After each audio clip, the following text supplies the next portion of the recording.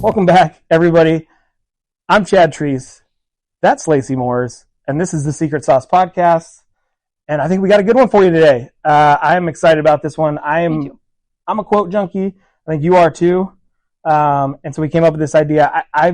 Some of the best podcast episodes that I've been listening to lately is kind of what inspired this. Some of the best episodes I've really enjoyed lately is talking about some quotes and like how they apply to life, what they really mean, and what you can get out of them. What benefits can you see from different quotes, right? Sure. So that's probably. Well, have you ever been like listening to somebody, and not just a motivational speaker or just anybody really kind of telling a story and explaining things and then give you a quote and you're just like, yeah, I got to write that down. That was good. Right. And then sometimes we don't go back, right? And like look at them or read them again they might impact you differently than they impact me. Right. So when we talked about this, it was a good idea because it's fun. We can unpack them. Right. So I think this will be kind of a quick episode. Yeah. But maybe. Yeah, we'll see. We got 4 quotes we want to break down, and we hope that at least one of them lands with you, gives you a little impact. You want to start with the first one? No, you do it. It's so good. All right. I heard this one the other day. I'd never heard it, and I heard this quote, and it definitely resonated with me. And that is, the loudest boos, like sporting event, the loudest boos come from the cheapest seats. Cheapest seats. I hear it as haters, like, right, the loudest haters. Who's going to complain? But they come from the cheapest seats. Like, that is so good. Right. And I think for me, like what it made me think of immediately is like critics. Like this, we're putting ourselves out there doing a podcast, videos that we film. Like, you have to already have overcome that. And people, or people that hate on how much business that we do. Oh, they're not that good, or like those numbers aren't real, or whatever, right? You always have haters in life. And I think it's just the perspective of, should those opinions matter to you? Yeah. Should we listen to that? And I think just the concept of the loudest boos coming from the cheapest seats is just a good reminder that those loud boos are probably the things you should listen to the least. They're the least significant. And honestly, if people aren't booing you, then you're probably not living big enough. You're probably not doing so true enough. So let me take this another spin. This last weekend, my cousin ran in a marathon, and our whole family went to cheer him on. And it was downpour, first of all, and we're like stopping at all these stops to cheer him on. And I'm watching some of these people run, and I'm like, are they running? Like, what is that? Because people run differently, okay? There's some weird runners out there. And there. I've never been to a marathon, so I'm kind of like doing my little judgmental thing. You're judging. Mm-hmm. And 4 hours, we're at the finish line. We pull in. I'm sitting in my car with my mom and my son, and there's some people getting ready to run through the finish line. Now, these were 4 older ladies, probably not really in shape, what I would say that you would think to be running a marathon. And I'm thinking to myself, wait a second, I'm so confused. There's no way they ran a marathon, because my cousin, who's 20, like, hasn't made it through yet. So what's going on? I didn't realize that people can run a marathon or a half marathon at the same time. So First time, I have no idea. But these thoughts are going through my head as they kind of run through. I'm having all these thoughts, and I'm sitting in the cheap seats right there. I'm sitting there in the cheap seats judging these women who are out there running. Doing something big. And I'm not. Yeah. And so what's really cool about this is they go through the finish line. I'm just being real here. Like, I'm a human, and this is exactly, like, I'm somebody who probably had a boo when I shouldn't have, and I was in a cheap seat. But they came around. They were all wearing the same shirts, and couldn't read them until they were in front of my car, and I see the back of them, and it said 50 states, 50 half marathons, and then like a little hashtag that they were doing.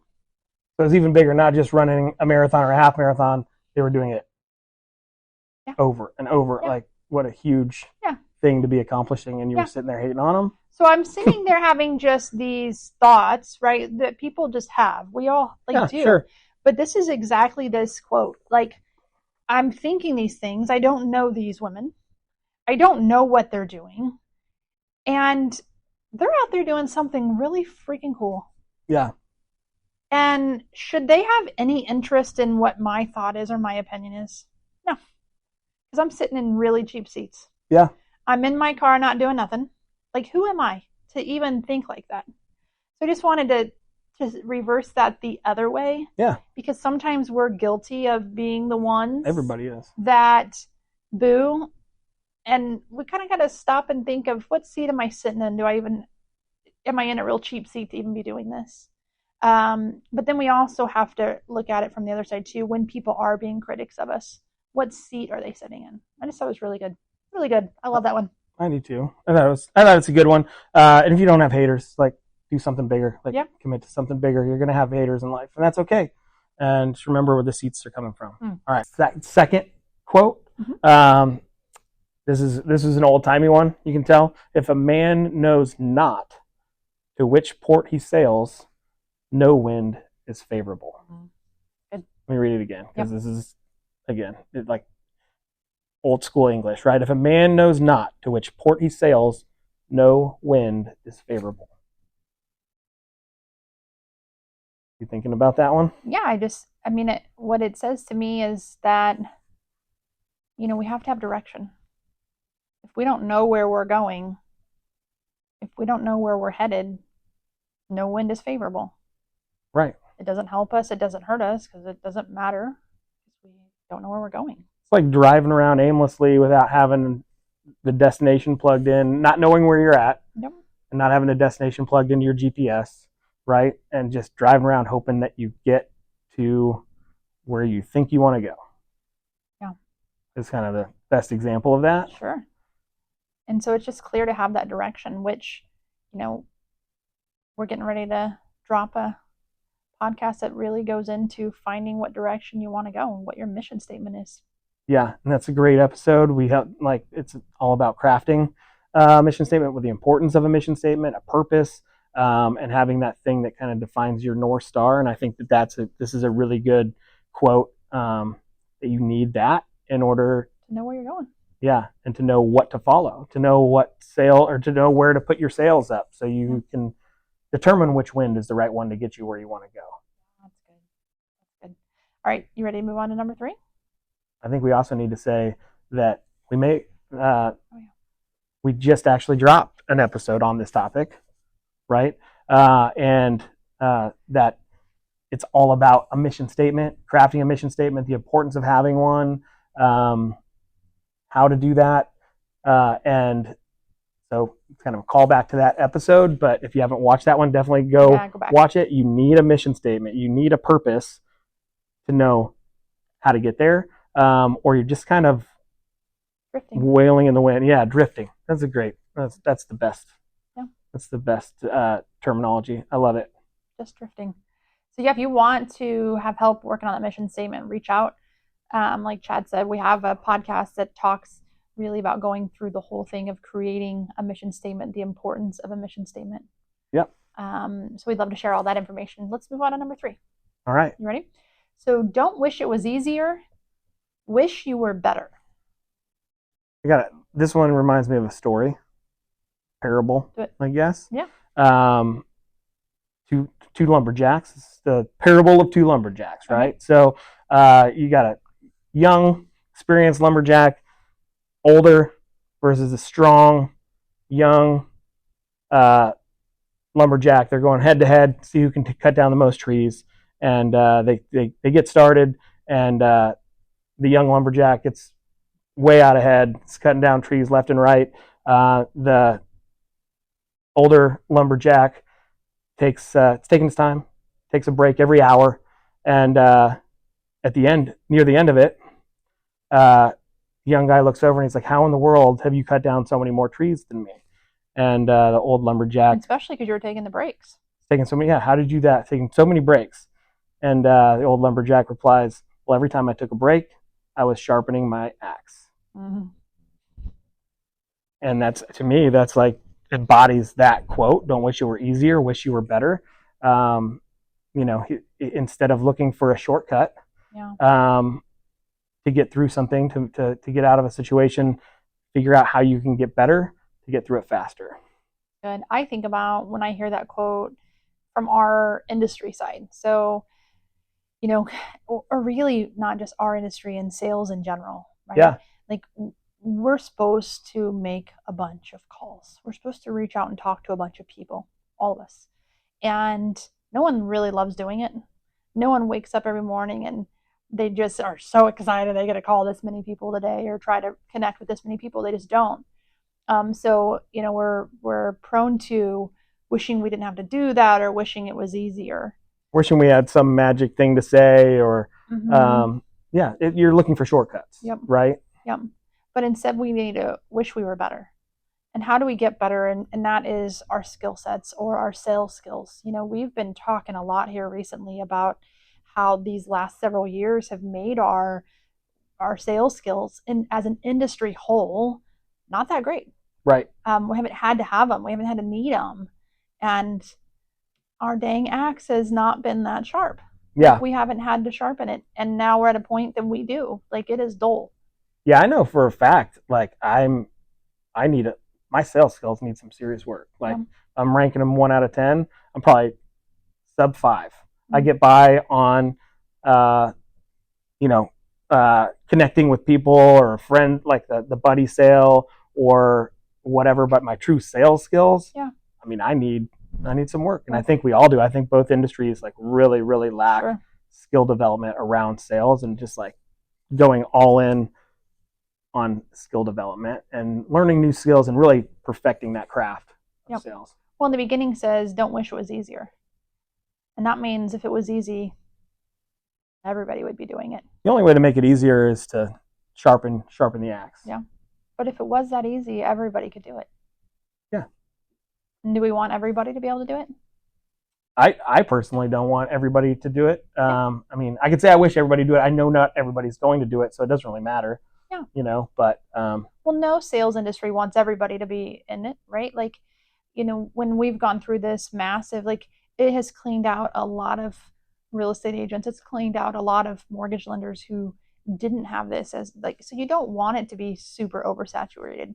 And the only way it won't be is if it's not easy. Well, okay, so like NAR settlement, right? Yep. A lot of people want it to get easier. The realtors want it to get easier, and the ones that are going to thrive and survive, and not just survive but thrive, take market share, are the ones that are sharpening the axe, getting better. Getting better. Yeah, it's a great one. I think it's a perfect kind of interlude into the last quote. Yeah. You want to read it? No, go ahead. Okay. You can forget what hurt you, but never forget what it taught you. So you can forget what hurt you, but never forget what it taught you. The forget what hurt you is important, right? Like sometimes people hold on to what hurt them for so long. Yeah. And they carry so much. It is okay to forget what hurt you. Totally. But what it taught you is what you got to hold on to. And gosh, that's the journey of life, right? Is the hard, the lessons that come from it, and being able to look back. What's something that's happened, or how does that resonate to you? It makes me think of my divorce. Mm-hmm. It's been a long time, but I've not been shy of talking about it, that I was married once before and divorced, and like it was pretty shitty to go through at the time. Mm-hmm. So like it hurt, it made me think about all the stuff that maybe I did wrong. Yeah. And I just had a whole lot of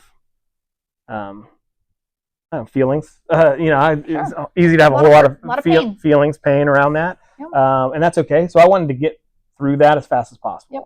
Right. But man, it taught me so many lessons about being a better, what a healthy marriage looks like, what being a better husband looks like. And I'm still working on that every single day. But man, I think if I didn't go through that, I wouldn't have had the experience to be able to look and be like, I'm going down the wrong path here. I've learned a lot of lessons from that, so I can try to course correct faster, because I'm going to make a whole lot of mistakes. I'm not perfect by any stretch, but I'm better off because of it. Yeah. I think that you we've said that so many times too about the buffalo. You're either going into a storm, you're in the middle of a storm, or you're coming out. Every stage of life. Every right? stage of life, and the storms are what teach us. No one likes to go through them. Number 3 and number 4 like really intermingle because storms aren't easy. Right. Number 3. But what was the buffalo story, just for those that haven't heard it? Because I think that so the buffalo is the only animal out there that actually runs into a storm head first. Head first. And why do they do it? Because they just know the sooner I run into it, the sooner I'm going to get on the other side of it and come out of it.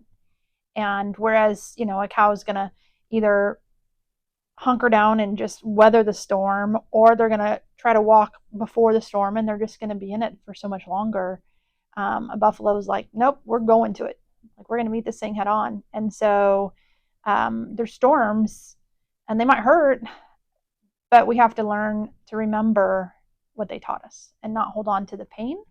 But pain's good because pain teaches us a lot. If we don't have any pain, we don't learn a whole lot. Yeah. Do you think there's any lessons there just from a sales, like pure sales perspective?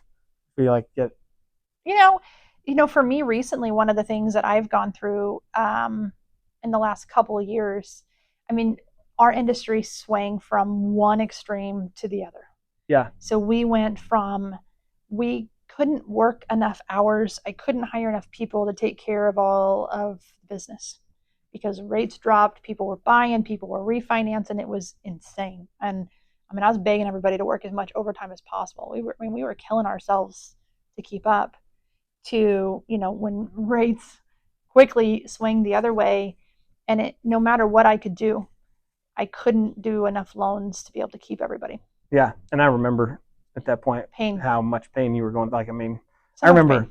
Yeah. I love my people, and not being able to myself control that or myself do more to be able to make it work.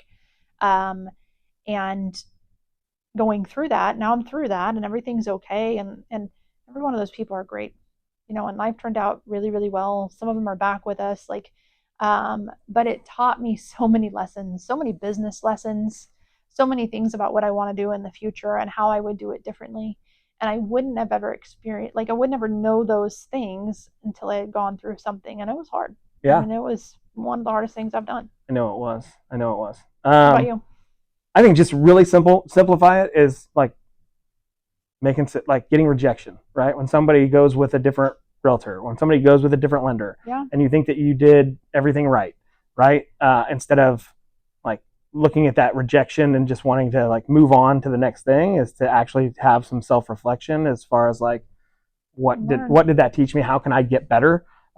Is super important that we probably don't. I know I don't probably spend enough time with that. I start to blame oh, they're an idiot, or